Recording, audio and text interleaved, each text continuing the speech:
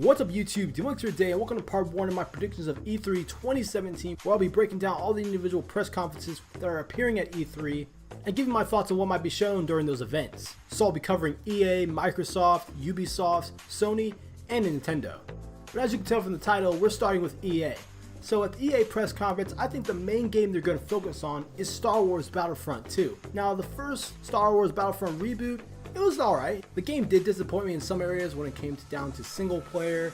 Multiplayer was good, it just felt a bit too arcadey. It didn't really feel as competitive as the original Battlefront games. There was no space battles until we got like the Death Star DLC and the Scarif DLC. So space battles came in later down the line, but it should have been in the game to begin with. I mean, the franchise is called Star Wars for a reason. The good thing about Battlefront 2, it's going to cover all eras, so prequels, original trilogy, and the sequels. It's also going to have its own single-player campaign where you play as Iden Versio, who's an Imperial soldier. The story spans from Return of the Jedi all the way up to The Force Awakens, which is really cool. I'm really interested to see how it's all going to tie in with one another.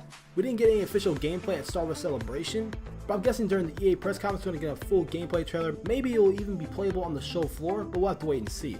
And of course, what's EA without EA talking about its sports games from Madden to FIFA? But actually the main EA sports game I'm really hyped about is the potential of the announcement of UFC 3. I really enjoyed the new UFC games that have come out recently, especially UFC 2. I think it's one of my favorite sports games of all time. It's probably one of my favorite fighting games of all time. I really enjoy playing it. It's so addicting. It's actually really easy for me to get into compared to other fighting games. I really have a fun time knocking people out. Sure, the ground game is a little bit iffy here and there, but I think overall it's a good game. You know, it's got good graphics. The physics from UFC 1 to UFC 2 have greatly improved. And I gotta say, the game is a lot of fun when you're playing with your friends. But I'm not gonna lie, it can also make you rage at times because it can be frustrating just getting knocked out with an elbow to the face. But I think it's a good all-around MMA game. And the last thing I want to talk about for EA is Bioware. Now, Bioware recently put out Mass Effect Andromeda, which had some mixed reception. I'm not going to say Mass Effect Andromeda was a bad game, but there are definitely elements in there that was a step down from the other Mass Effect games. So I hope Bioware gives us a tease of what's to come in the future, whether it's a new IP